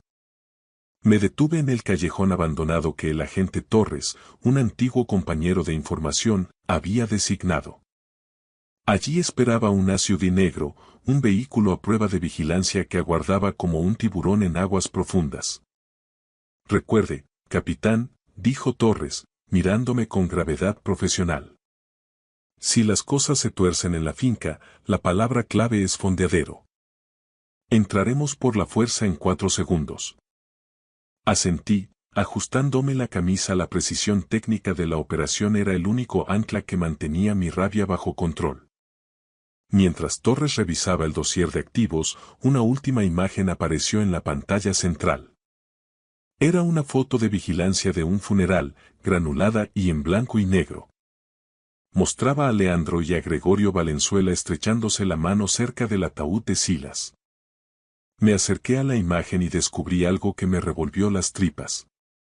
Los metadatos indicaban que la foto había sido tomada por un equipo de detectives privados que la propia Alara había contratado para vigilar a su marido. Alara no era una simple cómplice sumisa. Ella era su propia póliza de seguro. Había estado recolectando pruebas de la traición de Leandro mucho antes de que yo apareciera con la llave. No solo huía de la verdad, la estaba convirtiendo en un arma para su propia supervivencia en el mundo corporativo. De repente, el resplandor de unas luces largas en mi retrovisor me devolvió a la realidad. Un sol repentino y cegador en la niebla de medianoche. El tiempo de los juegos legales había terminado, el tiempo de la supervivencia pura acababa de comenzar. Forcé mi camioneta por las curvas cerradas de la carretera de la costa, donde el rocío helado del Mediterráneo golpeaba el cristal con ráfagas violentas. El sedán negro que me seguía no llevaba luces de posición, solo esos ojos halógenos depredadores. Se lanzó hacia adelante, intentando una maniobra de persecución profesional para enviarme por el precipicio de 60 metros hacia el oleaje negro. Usando mi entrenamiento de conducción evasiva de la Guardia Civil, no perdí los nervios. Observé cómo el cuarto delantero del sedán intentaba embestir mi aleta trasera. En el instante exacto del impacto previsto, clavé los frenos. El atacante me sobrepasó como una exhalación, con los neumáticos chillando sobre el asfalto mojado mientras el coche coleaba salvajemente hacia el abismo.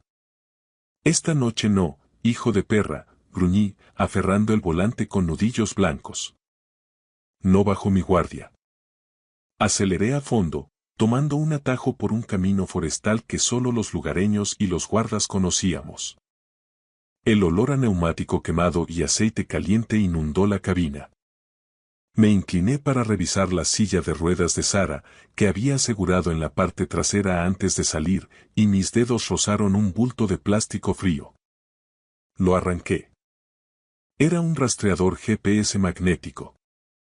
No solo estaban siguiendo mi vehículo, estaban rastreando directamente a la paciente cero viva que transportaba. Llegué a la finca con el motor crujiendo por el sobreesfuerzo. La doctora Soler ya esperaba en el garaje subterráneo, con el rostro como una máscara de urgencia. Había preparado a los 3 niños pequeñas figuras envueltas contra el frío cortante de la Costa Brava. Un chillido de neumáticos en la entrada principal anunció que el tiempo se había agotado. «Capitán, han saltado el perímetro hace 5 minutos», dijo Soler con voz tensa. «Tenemos que evacuar ya». Cargamos a los niños y los sistemas portátiles de soporte vital en la furgoneta blindada que Silas había mantenido oculta. El pitido rítmico de los monitores era el único reloj que importaba. «Los llevo al antiguo puesto de señales del faro», le dije mientras aseguraba a Sara. «Es una zona muerta para el GPS y está bajo jurisdicción federal». La furgoneta era nuestra arca de metal, portando la única esperanza en un mundo que quería asfixiarla. El golpe pesado del portón blindado al cerrarse selló el destino de los niños lejos de los lobos. Salimos a través del matorral, con la luz pálida del faro de Roses apareciendo a lo lejos como un dedo que nos llamaba desde la salvación. Al llegar al segundo refugio, la doctora Soler me entregó un objeto pequeño. «Encontré esto escondido en la nevera de muestras, Diego», susurró. Una tarjeta de acceso grabada con el nombre de Alara. Estaba oculta detrás de las cepas celulares primarias. Sostuve la tarjeta, sintiendo el plástico frío y condenatorio. Comprendí entonces que Alara no solo había traicionado a su hermano por dinero, había intentado contaminar las muestras originales para sabotear la cura. La traición ya no era codicia, era el borrado calculado de todo lo que Silas había construido. Regresé a la biblioteca de la finca. El cable del micrófono oculto bajo mi camisa me picaba como una conciencia culpable. Los niños estaban a salvo y el cebo estaba puesto. Me dejé caer en un sillón de cuero con un vaso de whisky en la mano, asegurándome de que el tintineo del hielo fuera audible para cualquiera que estuviera escuchando. El sonido de un hombre acabado buscando consuelo en el alcohol. Leandro entró con la arrogancia de un conquistador, escaneando la estancia y calculando el precio de reventa de cada mueble. Para él, yo no era una amenaza, era una reliquia molesta. «Estoy cansado de la niebla, Leandro», dije con voz hueca. «Estoy listo para firmar las escrituras de cesión. Solo necesito saber una cosa. Dime que fue rápido. Dime que no sufrieron en el agua». Leandro se sirvió un trago, con el brillo de un depredador que ya no necesita esconderse. «Siempre fuiste demasiado sentimental, Diego. En los negocios de este nivel no hay sitio para los fantasmas». Se apoyó contra el escritorio de caoba, agitando su vaso con displicencia. De hecho, sonrió cuando me confesó que fue Alara quien sugirió usar la brisa de nylon azul. Ella sabía que Silas no sospecharía de un cabo náutico. Se rió entre dientes. «Es poético, si lo piensas. El mal no siempre tiene cara de monstruo, a veces tiene la cara de un yerno con un traje a medida». Provocado por mi supuesta debilidad, su ego tomó el timón. Se burló de Silas y Ria, llamando los Boy Scouts que intentaron sabotear un ecosistema financiero de miles de millones. Describió con un detalle escalofriante cómo usó los sedantes de la farmacia de Miller para drogarlos antes de maniatarlos al aparejo. Quería asegurarse de que se hundieran con el barco mientras sus pulmones buscaban un aire que ya no existía. Sin saber que cada palabra, cada risa y cada confesión estaba siendo transmitida en tiempo real a la central de la Guardia Civil, mientras él grababa el hundimiento con la frialdad de quien registra una transacción de activos.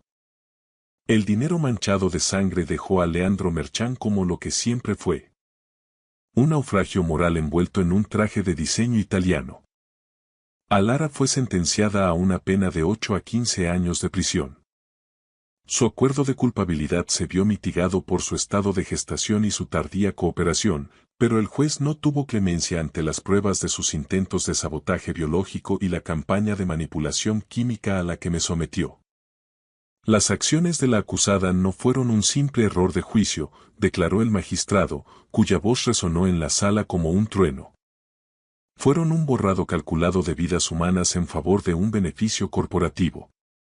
El golpe del mazo fue el último disparo en una guerra que no dejó supervivientes, solo testigos rotos. El eco hueco señaló el final de una era.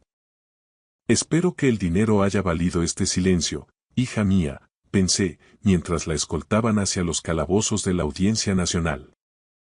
No me miró hasta el último segundo. Al cruzar el umbral, con un movimiento rápido y desesperado de su muñeca, dejó caer un trozo de papel doblado a mis pies. Esperé a que los flashes de la prensa se detuvieran antes de recoger el sobre. Dentro, la foto de un recién nacido envuelto en una manta blanca de hospital. Un puño diminuto cerrado contra la mejilla. Sus ojos. Eran los ojos de Silas, mirándome desde el papel con una sabiduría desenfocada que me atravesó el alma. Sentí que mi resolución flaqueaba, una grieta profunda abriéndose en el muro de contención que había levantado alrededor de mi corazón. Pero todavía no podía perdonar. Puse la foto junto a su primera carta en el escritorio, creando un pequeño santuario para una relación que no sabía cómo reparar. Los muertos no necesitan disculpas. Los vivos necesitan una razón para seguir navegando. La comprensión me golpeó con el peso de una marea de fondo. No pude salvar a mi hijo ni a su esposa, y no pude salvar el alma de mi hija de la ambición que la devoró. Pero el destino me entregaba una tercera oportunidad para proteger el linaje de los Pérez. Vas a tener un nombre mejor que los que dejamos atrás, pequeño, susurré, con la voz espesa por una esperanza que me dolía en el pecho. La tormenta ya ha pasado. Ahora solo tenemos que aprender a caminar por la orilla. Hice un voto silencioso de que este niño crecería conociendo el heroísmo de Silas y Ría, y no la sombra de la deuda de su padre. Al darle la vuelta a la foto para buscar una fecha, mis ojos se clavaron en la caligrafía temblorosa de Alara en el reverso. El nombre elegido. Silas Pérez Merchán, nacido el 3 de octubre de 2025. Al ver el nombre de mi hijo escrito por la mano de la hija que me traicionó, la niebla en mi pecho empezó, por fin, a disiparse. Miré hacia el horizonte del Mediterráneo, aceptando la carga de un futuro complejo, listo para ser el abuelo que Silas habría querido que fuera. Estaba arrodillado en la tierra del jardín de la finca, sintiendo el olor a mantillo y fertilizante, cuando la furgoneta de correos frenó ante la verja. La tierra húmeda era lo único que me anclaba a la realidad. Me limpié las manos en los pantalones de lona y caminé hacia el buzón. El grito lejano de una gaviota sobre los acantilados de la Costa Brava puntuaba el pesado silencio de aquella tarde de finales de diciembre. Tercera carta, 24 de diciembre de 2025.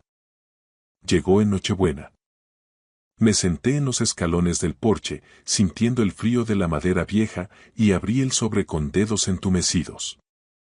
Dentro, una carta y una tarjeta con la huella de una mano diminuta entintada en azul. Papá, es Nochebuena y escribo desde una celda que huele a desinfectante y arrepentimiento.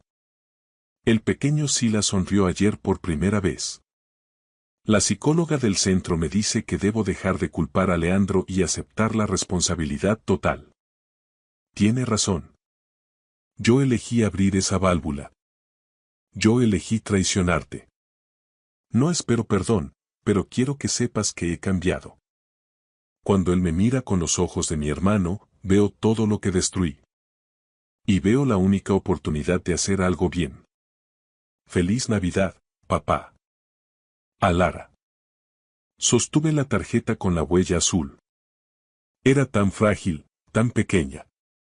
Un recordatorio de que la inocencia aún existía entre los restos del naufragio familiar.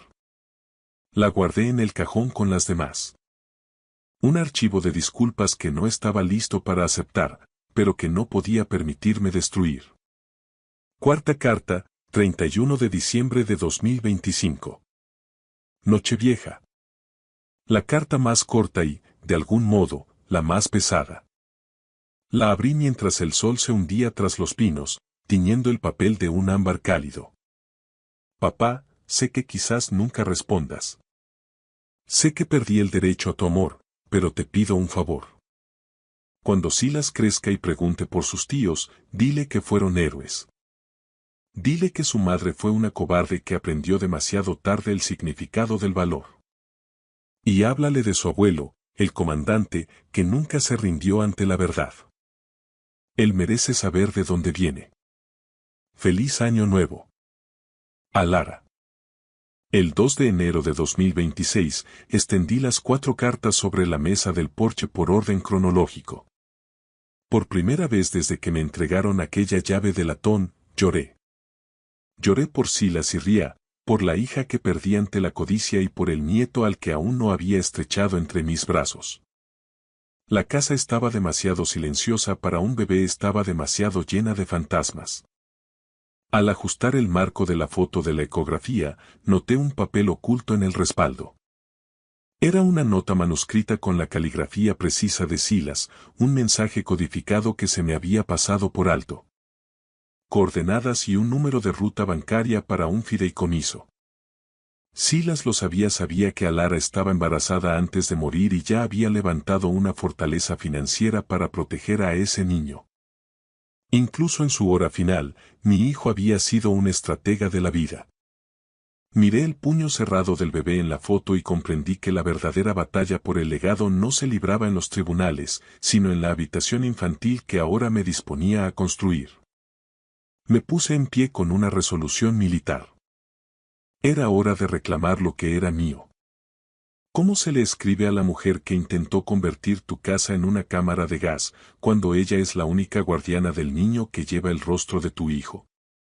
Me senté en el escritorio de caoba. El rascado de la pluma sobre el papel sonaba como una quilla raspando contra una roca en mitad de una niebla cerrada. Antes de escribir, revisé los archivos una última vez. Descubrí una página oculta en la orden de neutralización de Farmaiberia. Una directiva clínica para proteger el linaje Pérez a toda costa. La corporación no solo quería eliminar a Silas, veían a su descendencia como propiedad intelectual, una patente viva que pretendían cosechar. El niño era el premio final de su balance de cuentas. Me llevaré al niño, escribí con mano firme y honestidad de marino. No porque me lo pidas, sino porque él merece un nombre que no sea una sentencia. La clínica permanecerá cerrada, la investigación será para la fundación y el niño se queda conmigo. Sellé el sobre.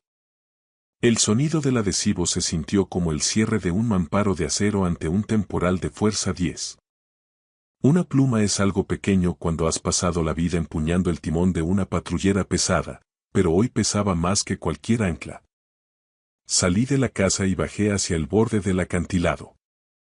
El viento cargado de sal azotaba mi cabello canoso y el salitre me escocía en los ojos. Me quedé allí mucho tiempo, observando el rítmico romper de las olas contra la piedra, sabiendo que, aunque el mar se había llevado a mi hijo, me había devuelto una razón para no soltar el timón. La tormenta había terminado, y en el horizonte, por primera vez en mucho tiempo, la visibilidad era ilimitada. Gracias por escuchar la historia hasta el final. Dale like y deja un comentario. Suscríbete al canal y activa la campana para no perderte la próxima historia. Les deseo todo lo mejor. Mi esposa me miró fijamente a los ojos y soltó. Quiero la casa, los coches, la empresa, todo. No estaba llorando. No se estaba disculpando. Estaba exigiendo, como si pidiera algo del menú de un restaurante. Como si 14 años de matrimonio, 2 hijos y todo lo que yo había construido con mis propias manos no fuera más que una simple transacción que ella estaba lista para cerrar. Mi abogado, Héctor Pacheco, me agarró el brazo tan fuerte que pensé que me dejaría un moretón. Héctor llevaba 30 años ejerciendo el derecho de familia. Había visto divorcios muy duros. Había visto cónyuges intentar destruirse mutuamente.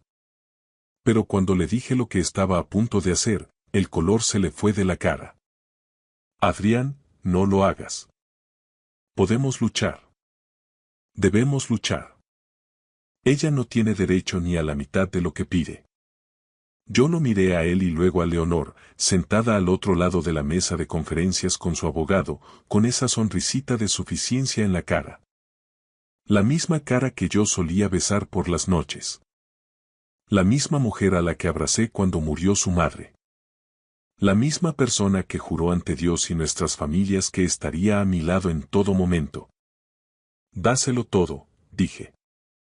Héctor dejó caer su bolígrafo. Disculpa. Me has oído. La casa, los coches, la empresa. Dale todo lo que quiera. La sonrisa de Leonor vaciló. No se lo esperaba. Su abogado se inclinó y le susurró algo al oído. Ella asintió lentamente, como una gata que acaba de acorralar a un ratón. Pensó que me había roto. Pensó que me estaba rindiendo. Todos lo pensaron. Mi madre me llamó esa noche llorando. Carmen Sánchez crió a 2 chicos sola después de la muerte de mi padre. Hizo doble turno como enfermera. Lo sacrificó todo para que Borja y yo tuviéramos un futuro.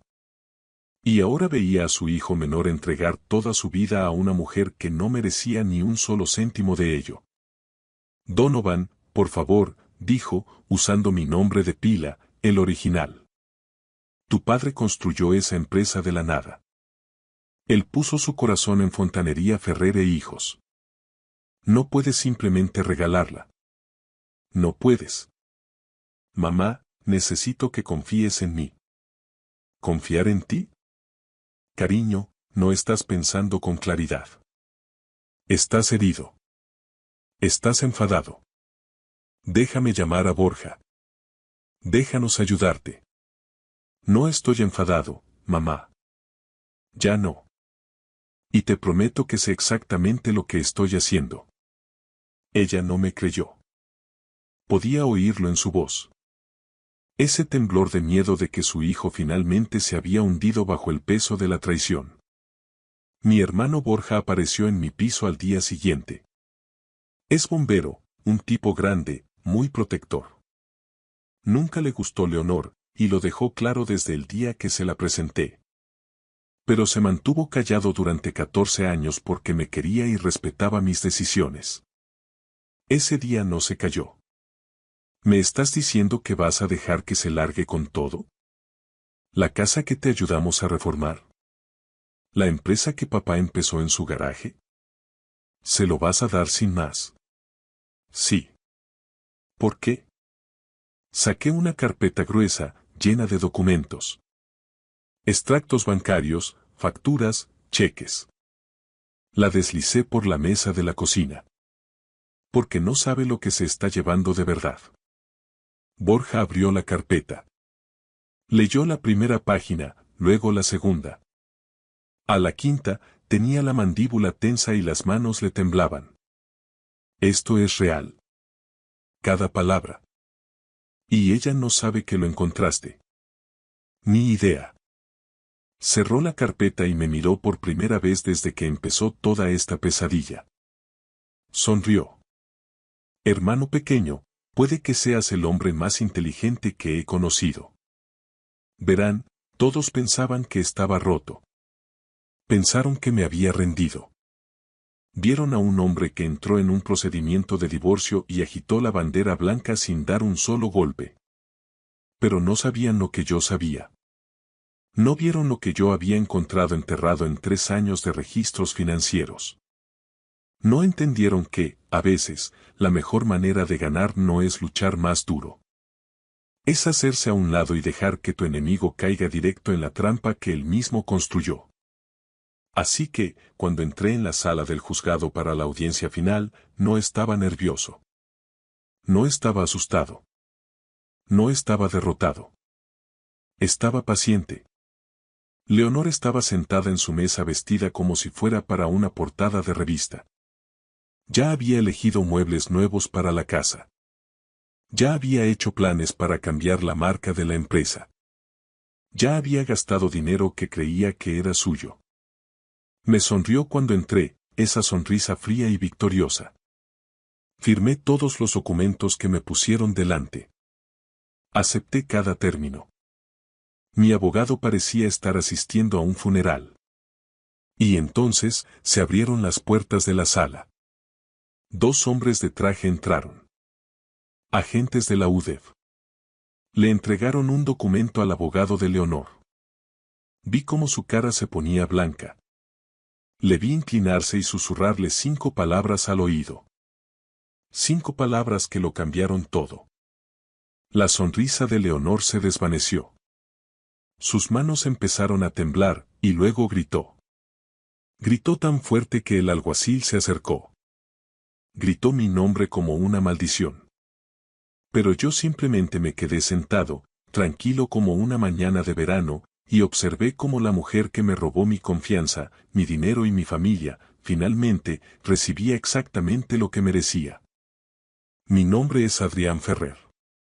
Mis amigos me llaman Adri. Y esta es la historia de cómo lo perdí todo y gané. Permítanme llevarles atrás, a donde todo empezó. Crecí en un pequeño pueblo a las afueras de Valencia. Mi padre, Walter Ferrer, era fontanero. No el tipo que llega tarde y te cobra de más por un grifo que gotea. Era un profesional de verdad. Trabajos comerciales, edificios de oficinas, hospitales, escuelas. Fundó Fontanería Ferrer e Hijos en 1987, trabajando desde nuestro garaje con solo una furgoneta usada y la voluntad de trabajar más que nadie. A los 12 años, yo ya lo acompañaba en los trabajos. A los 16, podía desatascar una tubería y soldar cobre mejor que la mayoría de los hombres adultos. Mi hermano Borja tomó otro camino. Se hizo bombero. Pero a mí me encantaba el trabajo. Me encantaba construir algo con mis manos. Me encantaba resolver problemas que otros dejaban. Mi padre murió de un ataque al corazón cuando yo tenía 30 años. Lo encontraron una mañana en el taller, desplomado sobre su banco de trabajo. El médico dijo que fue rápido. Dijo que probablemente no sintió nada. No sé si eso lo hizo mejor o peor. Me dejó el negocio. Fontanería Ferrer e Hijos. 2 empleados, una reputación sólida y un legado que juré proteger con todo lo que tenía. Conocí a Leonor 2 años antes de que mi padre falleciera. Trabajaba como recepcionista en una clínica dental donde yo estaba instalando nuevas tuberías de agua. Tenía una risa que podía llenar una habitación.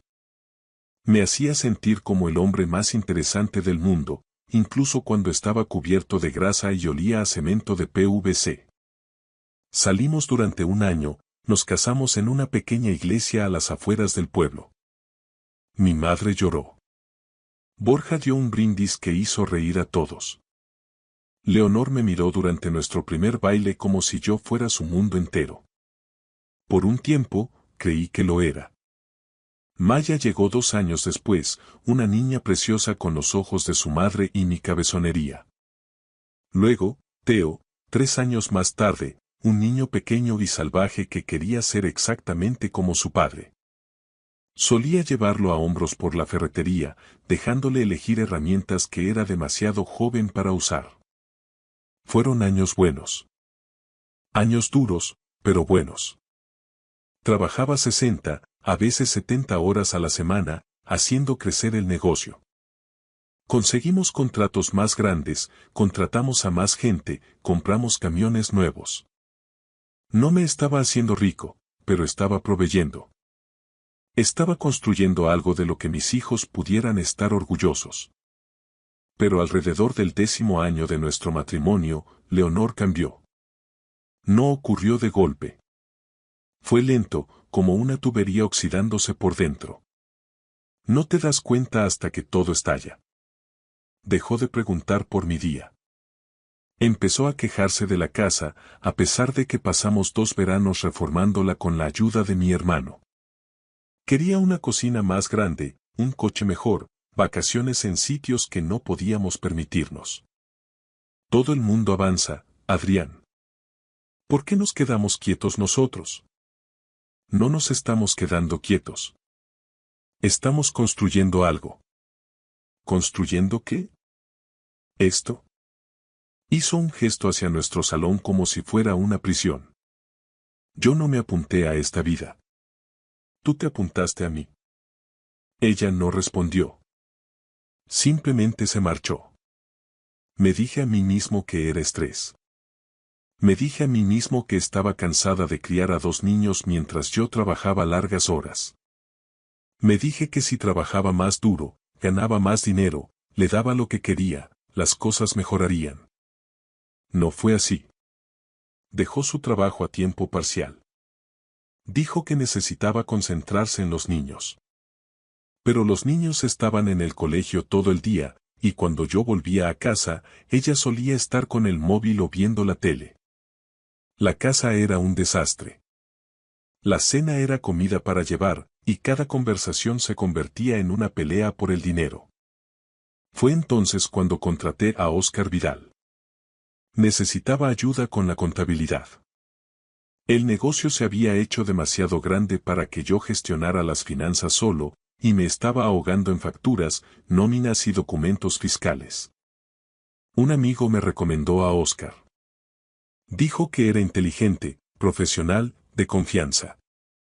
Oscar se presentó a nuestra primera reunión con un traje impecable y una sonrisa segura. Habló de eficiencia, optimización y estrategias de crecimiento. Me hizo sentir como si hubiera estado haciendo todo mal en mi vida, pero que él podría arreglarlo. Le entregué las llaves del reino. Cada cuenta bancaria, cada contrato, cada registro financiero que Fontanería Ferrer e Hijos había producido. Mirando hacia atrás, puedo ver lo estúpido que fui. Pero en ese momento, estaba agotado. Estaba intentando salvar mi matrimonio. Estaba intentando ser un buen padre. No tenía la energía para cuestionar a un hombre que venía con recomendaciones brillantes. Oscar empezó a venir a casa a cenar. A Leonor le encantaba. Se reía de sus chistes. Le preguntaba por su vida. Lo trataba como a un invitado de honor, mientras a mí me trataba como al servicio. Debería haberlo visto. Las señales estaban por todas partes. Pero yo confiaba en ella. Confiaba en él. Confiaba en que la vida que había construido significaba algo para la gente con la que la había construido. Mi madre intentó advertirme. Carmen Sánchez no es una mujer que hable sin pensar. Así que, cuando me apartó una noche después de una cena de domingo, debería haberla escuchado. Adrián, algo no va bien con esa mujer. Mamá, por favor, otra vez no. No estoy intentando crear problemas. Estoy intentando proteger a mi hijo. Te mira como si fueras un extraño. Y la forma en que mira a ese contable tuyo es algo completamente diferente. Le dije que se lo estaba imaginando. Le dije que Leonor y yo estábamos pasando por un bache, pero que lo solucionaríamos. Estaba equivocado. Estaba increíblemente equivocado. Y estaba a punto de descubrir cuán profunda era la traición. Fue un martes de marzo cuando toda mi vida se desmoronó. Recuerdo la fecha porque teníamos un gran trabajo programado en un complejo médico en el lado este de la ciudad. Obra nueva, 3 pisos de fontanería. Se suponía que duraría todo el día, pero el contratista general llamó esa mañana y retrasó la fecha de inicio una semana. Algo sobre permisos que no se tramitaron a tiempo. Decidí irme a casa temprano. Tal vez darle una sorpresa a Leonor. Tal vez llevar a los niños a tomar un helado después del colegio. Me detuve en una gasolinera y compré sus flores favoritas, rosas amarillas. Solía encantarle que le llevara flores sin motivo. Llegué a la entrada alrededor del mediodía. El coche de Leonor estaba allí, lo que significaba que estaba en casa. Pero cuando entré por la puerta principal, la casa estaba en silencio. Demasiado silencio. Leonor, ¿estás aquí? No hubo respuesta. Dejé las flores en la encimera de la cocina, caminé por el salón. Nada. Pensé que tal vez estaba durmiendo la siesta. Últimamente se había estado quejando de dolores de cabeza. Subí las escaleras. La puerta del dormitorio estaba cerrada. Pude oír algo al otro lado. Voces bajas, amortiguadas. Mi corazón comenzó a latir con fuerza antes de que mi cerebro lo asimilara. Una parte de mí ya sabía lo que estaba a punto de encontrar. Una parte de mí lo había sabido durante meses y se negaba a aceptarlo. Abrí de golpe esa puerta y allí estaban. Leonor y Óscar Vidal en mi cama, en mi casa, en la habitación donde mis hijos dormían pasillo abajo. El tiempo se detuvo. No podía respirar. No podía moverme. Simplemente me quedé allí, sosteniendo un ramo de rosas amarillas, mirando a las dos personas en las que más confiaba en el mundo, envueltas la una en la otra como si yo no existiera. Leonor gritó. Óscar buscó su ropa a tientas. Y algo dentro de mí se volvió frío. No ardiente, no enfadado, simplemente frío, como si alguien hubiera vertido agua helada por mis venas. Adrián, espera. Déjame explicarte. ¿Explicar qué, Leonor? ¿Explicar cómo terminaste en la cama con mi contable?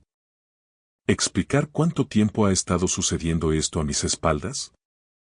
Ella se cubrió con la sábana como si le quedara algo de dignidad por proteger. No es lo que piensas. Es exactamente lo que pienso. ¿Cuánto tiempo? Ella no respondió. En su lugar, miró a Óscar. Él se estaba abotonando la camisa, evitando mi mirada. ¿Cuánto tiempo?, pregunté de nuevo. Óscar finalmente habló. Alrededor de 1 año. ¿1 año? ¿12 meses? 52 semanas de mentiras, de sonrisas en mi mesa de la cena, de apretones de manos y reuniones de negocios y de fingir ser mi amigo mientras se acostaba con mi esposa. Sal de mi casa. Hablemos de esto como adultos, dijo Óscar, moviéndose hacia la puerta. Los negocios son los negocios. Me puse delante de él. ¿Negocios? ¿A esto lo llamas negocios? Has cenado con mi familia en Nochebuena. Has sostenido a mi hijo. Me has mirado a los ojos todas las semanas y me has mentido a la cara. Creo que estás reaccionando de forma exagerada. Lo agarré por el cuello de la camisa y lo empujé contra la pared. No soy un hombre violento. Nunca he dado un puñetazo con rabia en toda mi vida. Pero en ese momento, quise partirlo por la mitad. Sal ahora antes de que haga algo de lo que no pueda arrepentirme. Él se fue. Ni siquiera miró a Leonor al salir. Ella empezó a llorar. Lágrimas de verdad o falsas. Ya no podía distinguirlo. Adrián, por favor. Estaba sola. Nunca estás en casa. No me prestas atención. Necesitaba a alguien que me hiciera sentir deseada. He trabajado 70 horas a la semana para darte todo lo que pediste. La casa, los coches, las vacaciones, y así es como me lo pagas. Quizás si hubieras estado aquí más. Quizás si te hubieras esforzado más. ¿Esforzado más? Te he dado 14 años de mi vida, Leonor. Te he dado todo lo que tengo. Bueno, no fue suficiente. Dejé la casa esa noche, conduje hasta el piso de mi madre y me senté en su porche hasta que salió el sol. No lloré. No grité. Simplemente me senté allí, tratando de entender cómo había pasado por alto algo tan obvio durante tanto tiempo. Una semana después, Leonor solicitó el divorcio. Pero no solo quería irse. Quería sangre. La casa, ambos vehículos, la custodia completa de Maya y Teo, y Fontanería Ferrer e Hijos, la empresa que mi padre construyó, la empresa a la que dediqué toda mi vida adulta para hacerla crecer. Su abogado envió un pliego de demandas que me revolvió el estómago. Afirmaba que ella había sido una socia no remunerada en la construcción del negocio. Dijo que merecía una compensación por años de labor emocional y sacrificio doméstico. Mi abogado, Héctor Pacheco, me llamó ese mismo día. Adrián, esto es una extorsión. Ella no tiene derecho a la empresa. Podemos luchar contra esto. Sé que podemos. Bien. Así que, vamos a empezar a construir nuestro caso. Aún no, Héctor. Hay algo que necesito revisar primero. Esa noche, conduje hasta la oficina. Saqué todos los registros financieros de los últimos 3 años. Extractos bancarios, facturas, pagos a proveedores, libros de cheques. Los extendí sobre el viejo escritorio de mi padre y comencé a leer. A medianoche, encontré la primera factura falsa. A las 2 de la mañana, había encontrado 12 más. Al amanecer, había descubierto casi 380.000 en transacciones fraudulentas. Empresas fantasma, proveedores falsos, pagos por materiales que nunca existieron.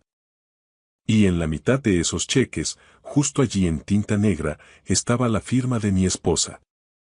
Leonor no solo me estaba siendo infiel. Me estaba robando a ciegas. Y pensó que se saldría con la suya.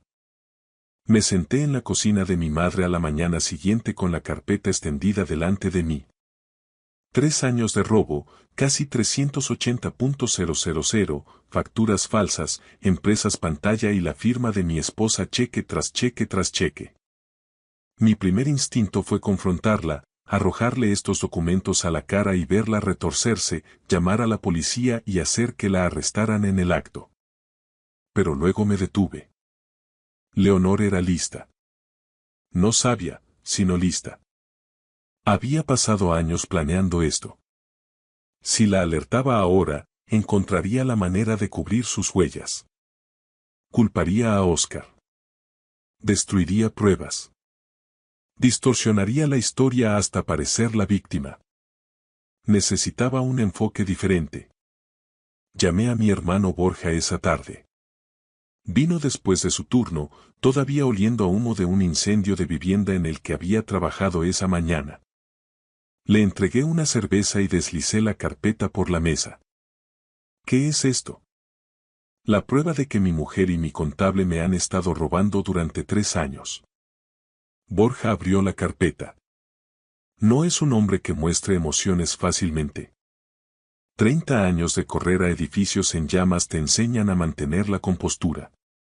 Pero mientras hojeaba esas páginas, vi cómo su mandíbula se tensaba y sus nudillos se ponían blancos. 380.000, más o menos. ¿Y Leonor firmó todo esto? La mitad. Oscar se encargó del resto. Borja cerró la carpeta y me miró. ¿Qué vas a hacer? Voy a dejar que se quede con la empresa. Me miró como si hubiera perdido la cabeza. ¿Vas a qué? Piénsalo, Borja. Ella quiere Fontanería Ferrer e Hijos. La está exigiendo en el divorcio. Si lucho contra ella, se atrincherará. Ocultará las pruebas. Hará que esto se alargue durante años. Pero si se la doy voluntariamente, ella asume la propiedad de todo, incluido 3 años de fraude financiero. Vas a dejar que herede sus propios crímenes. Exacto. Borja se reclinó en su silla y dejó escapar un largo suspiro. Eso es o lo más inteligente que he escuchado en mi vida, o lo más estúpido. Necesito tu ayuda para encontrar un perito contable. Alguien que pueda documentar todo esto correctamente. Alguien que pueda construir un caso que se sostenga en la Audiencia Nacional. ¿La Audiencia Nacional? Esto no es solo robo, Borja. Esto es fraude fiscal, blanqueo de capitales. Estas facturas falsas pasaron por cuentas bancarias de la empresa que operaban a nivel nacional e internacional. Esto es territorio para la UDEF y la Fiscalía. Borja terminó su cerveza y dejó la botella. Conozco a un tipo que trabaja con la oficina de la Dirección General de Policía en investigaciones de incendios. Está conectado con gente que se ocupa de delitos financieros. Déjame hacer algunas llamadas. 3 días después, estaba sentado en una sala de conferencias con un perito contable llamado Ricardo Díaz. Era un hombre tranquilo de unos 50 años, con gafas de lectura y una pila de blocs de notas amarillos. No parecía gran cosa, pero Borja me había prometido que era el mejor de la provincia. Le entregué todo. Cada extracto bancario, cada factura, cada cheque cancelado. Pasó 2 semanas revisándolo todo, documentando cada transacción fraudulenta, rastreando a cada proveedor falso, construyendo una cronología del robo. Cuando terminó, me llamó a su oficina. Señor Ferrer, tiene un caso muy sólido aquí. Esto no es un robo de aficionados. Esto es una apropiación indebida sistemática. Su esposa y su contable han estado ejecutando un esquema coordinado durante al menos 36 meses.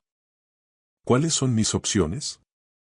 Podría presentar cargos civiles, demandarlos a ambos por daños, pero dado el alcance de esto, yo recomendaría acudir a las autoridades. La División de Investigación Criminal de la Agencia Tributaria, Hacienda, se encarga de casos como este. Solo el fraude fiscal grave conlleva penas de prisión. ¿Cómo procedemos? Presento mis hallazgos a la agencia tributaria. Abren una investigación. Sucede en silencio. Nadie lo sabrá hasta que estén listos para realizar las detenciones. ¿Y si mi esposa toma posesión de la empresa antes de que eso suceda? Ricardo sonrió. Entonces ella asume toda la responsabilidad por todo lo que esa empresa ha hecho. Cada transacción fraudulenta, cada factura falsa, cada euro que desapareció. Todo se convierte en su responsabilidad legal. Le di la mano y salí de esa oficina sintiendo algo que no había sentido en meses. Esperanza. Las siguientes semanas fueron las más difíciles de mi vida. Tuve que fingir. Tuve que sentarme frente a Leonor en la mediación y actuar como un hombre derrotado. Tuve que verla sonreír con aire de suficiencia y regodearse mientras su abogado enumeraba demanda tras demanda. Mi propio abogado pensó que estaba sufriendo un colapso. Adrián, te lo ruego. Déjame luchar contra esto. Tenemos motivos para impugnar cada cosa que está pidiendo. No, Héctor. Aceptamos sus términos. ¿La casa? Dásela. ¿Los vehículos? Dáselos. La empresa que construyó tu padre, todo. Cada último pedazo. Tiró su bolígrafo sobre la mesa. Llevo 30 años ejerciendo la abogacía. Nunca he visto a un hombre tan decidido a autodestruirse. No me estoy autodestruyendo. Estoy poniendo una trampa. Me miró durante un largo momento. ¿Qué sabes tú que yo no sepa? Nada de lo que debas preocuparte todavía. Solo confía en mí. Cuando llegue el momento, todo tendrá sentido. Mi madre fue más difícil de convencer. Vino a mi piso una noche con una cazuela y lágrimas en los ojos. Donovan, por favor. Te lo ruego. No hagas esto. Esa empresa es lo único que nos queda de tu padre. Tomé sus manos entre las mías. Mamá, ¿confías en mí? Por supuesto que sí. Entonces, créeme cuando te digo que papá lo entendería. A veces tienes que perder la batalla para ganar la guerra. Y te prometo que, cuando esto termine, estarás orgullosa de cómo lo manejé. Ella no dijo nada. Simplemente me abrazó y se aferró como si temiera dejarme ir. Pasé cada momento libre con mis hijos durante esas semanas. Llevé a Teo a practicar béisbol. Ayudé a Maya con su proyecto de ciencias. Les dije todos los días que los quería y que nada de esto era culpa suya. Porque no importaba lo que pasara con Leonor, esos dos niños eran mi verdadero legado, y los iba a proteger sin importar lo que me costara. El día de la audiencia final llegó un frío jueves por la mañana de octubre. Me desperté a las 5, como siempre. Las viejas costumbres no mueren solo porque tu vida se esté desmoronando. Me duché, me afeité y me puse mi camisa de botones más limpia. No un traje. No tenía uno, solo una simple camisa azul que mi hija Maya me había regalado para el Día del Padre hace 2 años. Me miré en el espejo durante mucho tiempo.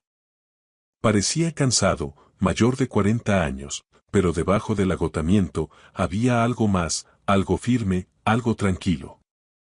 Hoy era el día. Conduje al juzgado solo.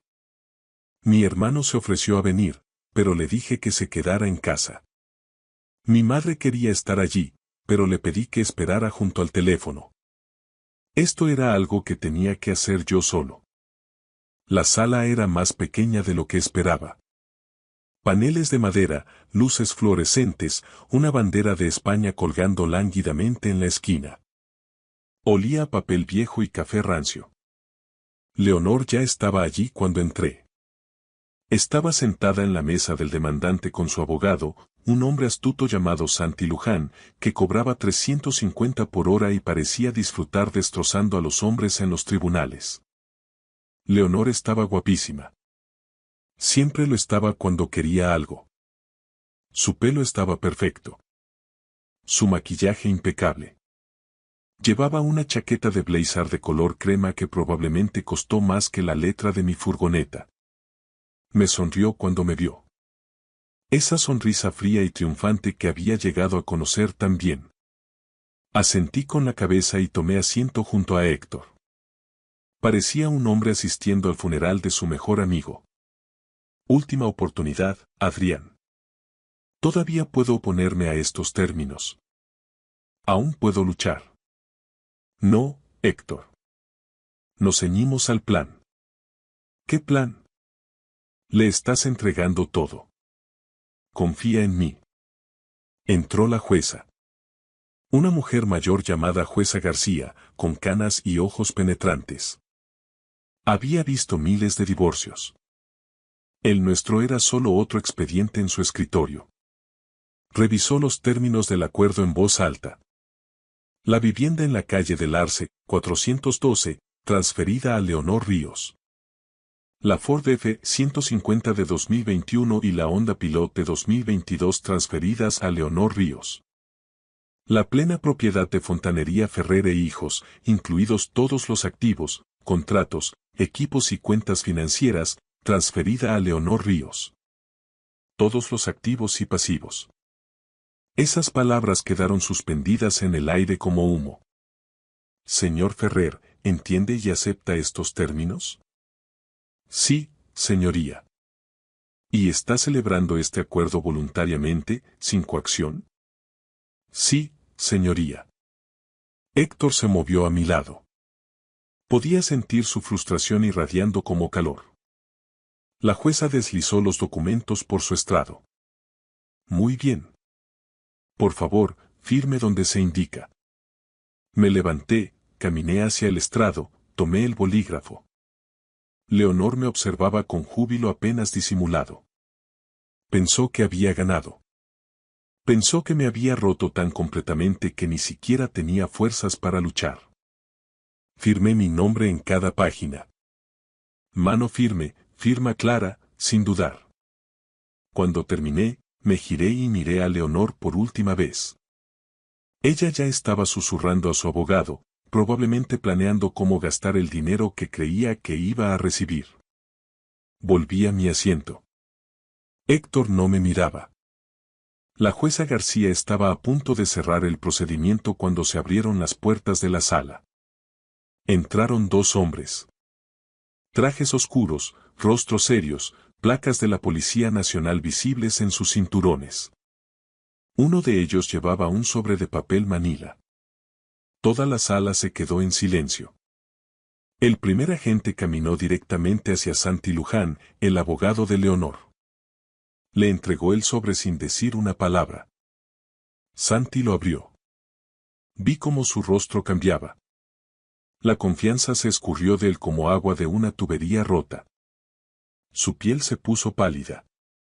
Sus manos temblaron ligeramente mientras leía. Leonor se inclinó. ¿Qué es? ¿Qué pasa? Santi se giró hacia ella. Se acercó y susurró 5 palabras.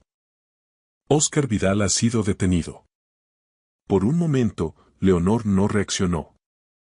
Simplemente lo miró como si estuviera hablando un idioma extranjero. Luego, le arrebató el documento de las manos. Vi cómo sus ojos se movían por la página. Vi cómo el color se iba de su rostro. Vi cómo sus labios comenzaban a temblar. El documento era una acusación formal.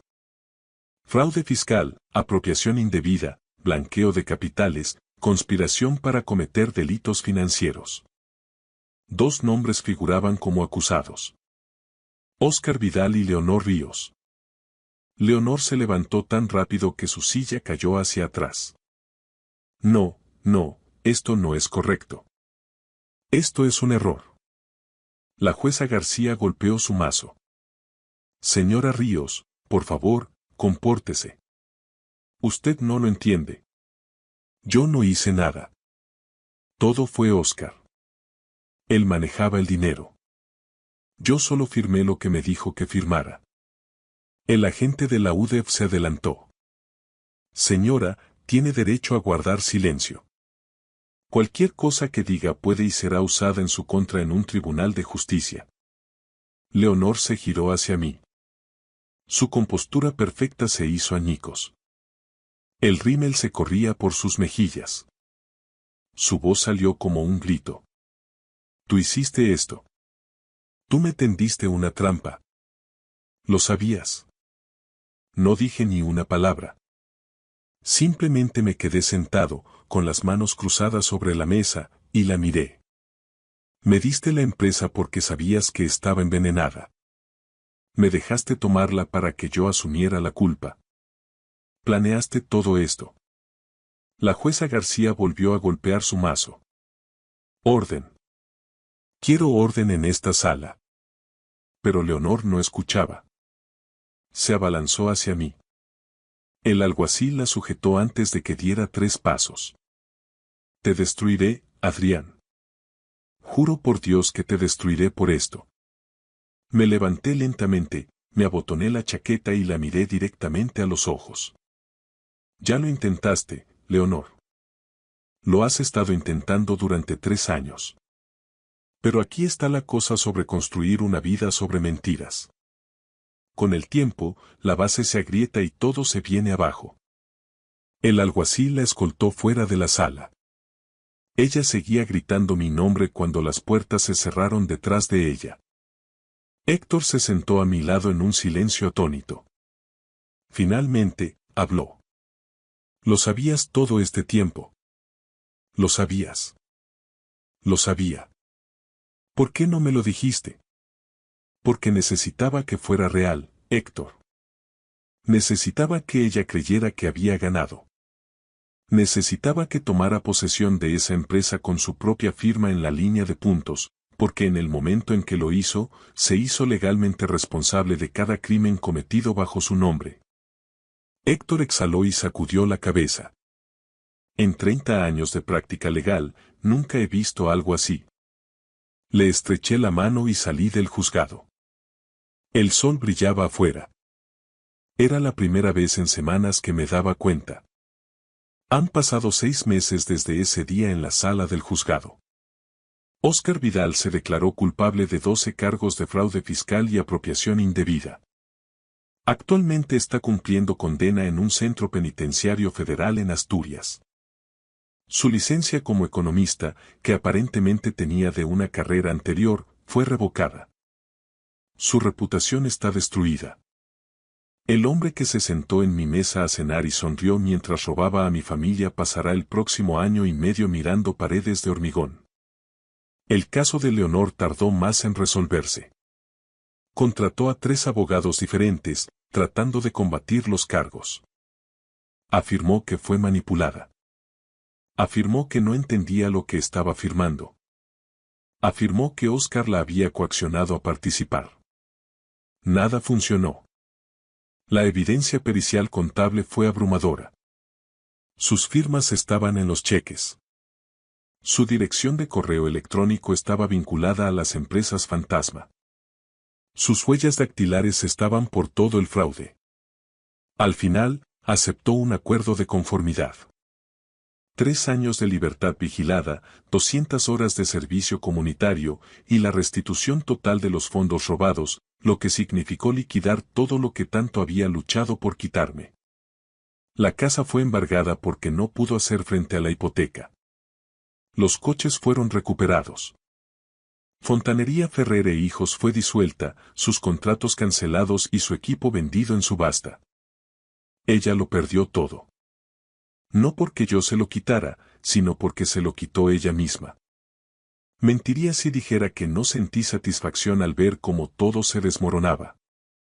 Después de todo lo que hizo, después de cada mentira y cada traición, había una parte de mí que quería verla sufrir. Pero ese sentimiento se desvaneció más rápido de lo que esperaba. La venganza es como beber veneno y esperar que la otra persona muera. No sana nada. No reconstruye nada. Simplemente te mantiene encadenado a la persona que te hirió. Así que, lo dejé ir. Empecé de nuevo, sin nada más que mis herramientas y mi reputación. Presenté la documentación para una nueva empresa. Fontanería Ferrer, Servicios. Más pequeña que la original, más simple, pero mía. Construida limpiamente desde cero, sin socios, sin contables en los que no confiaba y sin secretos escondidos en los libros. Mi antiguo equipo volvió a trabajar para mí. Todos y cada uno de ellos. Dani Flores, mi instalador principal, apareció en mi primer día en el nuevo taller con una caja de cervezas y un apretón de manos. He oído que estás contratando, jefe. El sueldo va a ser más bajo por un tiempo, hasta que reconstruya. No me importa. Prefiero trabajar para un buen hombre ganando menos que para uno malo ganando más. Conseguimos nuestro primer contrato 2 semanas después. Un contratista general llamado Ricardo Gámez se había enterado de lo que pasó. No del cotilleo, sino de la verdad. Me llamó personalmente. Adrián, llevo 25 años en este negocio. He visto a hombres pasar por lo que tú pasaste y salir amargados, rotos o en bancarrota. Tú saliste impecable. Eso me dice todo lo que necesito saber sobre tu carácter. Te quiero en mis proyectos. Esa llamada telefónica condujo a 3 más. La voz se corrió. En 4 meses, Fontanería Ferrer, Servicios tenía más trabajo del que podía manejar. Contraté a 2 personas nuevas y compré una segunda furgoneta. Mi madre lloró cuando vio el nuevo taller. Se quedó en la puerta con la mano sobre el corazón, mirando el cartel que había colgado sobre la entrada. Tu padre estaría muy orgulloso de ti, Donovan. Eso espero, mamá. Lo sé. Hiciste lo que él siempre te enseñó. Fuiste honesto. Fuiste paciente. Y dejaste que la verdad hiciera el trabajo pesado. Borja viene todos los domingos ahora. Nos sentamos en el porche de mi madre, bebemos cerveza y vemos el atardecer. A veces hablamos, a veces no. De cualquier manera, se siente como en casa. El acuerdo de custodia tardó un tiempo en resolverse. Con los problemas legales de Leonor, el tribunal accedió a revisar los términos originales. Ahora tengo a Maya y Teo una semana sí y una semana no, además de vacaciones y veranos. No es perfecto, pero es justo. Los niños están mejor de lo que esperaba. Los niños son resistentes, más resistentes de lo que les damos crédito. Maya me preguntó una vez si odiaba a su madre por lo que hizo. Lo pensé durante mucho tiempo antes de responder. No, cariño. No la odio. El odio es demasiado pesado de llevar. Te agobia y te mantiene anclado en el pasado. Tu madre tomó decisiones que hirieron a mucha gente, incluyéndola a ella misma. Pero odiarla no cambiará eso. Lo único que puedo controlar es cómo sigo adelante, y elijo seguir adelante con amor por ti, por tu hermano, por esta familia. Ella me abrazó fuerte y no me soltó durante mucho tiempo. Teo es más sencillo con todo el asunto. Solo quiere jugar a la pelota, comer pizza y saber que su padre aparecerá cuando dice que lo hará. Nunca me he perdido un solo partido de béisbol. Nunca lo haré. Mirando hacia atrás, aprendí algo importante a través de todo esto. La fuerza no se trata de luchar en cada batalla. Se trata de saber qué batallas luchar y cuáles dejar ir. Se trata de confiar en que la verdad saldrá a la luz, incluso cuando parezca que las mentiras están ganando. Se trata de proteger tu paz, tu integridad y la gente que más importa. Incluso cuando el mundo te dice que lo quemes todo. Mi esposa quería todo. Se lo di. Cada mentira, cada euro robado, cada consecuencia que se había ganado. Ella pensó que se estaba llevando mi futuro. Pero todo lo que se llevó fue el suyo propio. Y yo, sigo aquí, sigo construyendo, sigo en pie. Porque algunas cosas no se pueden robar. El carácter, la integridad, el amor de tus hijos, el respeto de la gente buena. Esas cosas tienen que ganarse. Y una vez que las ganas, nadie puede quitártelas. Si estás pasando por algo difícil en este momento, si alguien te ha traicionado o roto tu confianza o te ha hecho sentir que lo has perdido todo, quiero que escuches esto. No has perdido. Aún no. Nunca. Mientras te mantengas fiel a quien eres, mientras sigas avanzando con honestidad y paciencia, encontrarás tu camino. La tormenta no dura para siempre, pero la persona en la que te conviertes al capear el temporal se queda contigo por el resto de tu vida. Mi nombre es Adrián Ferrer, y esa es mi historia. Gracias por escuchar mi historia hasta el final. Si resonó contigo, dale like, escribe en los comentarios qué fue lo que más te tocó y no olvides decir de dónde eres. Suscríbete al canal, vienen muchas más historias.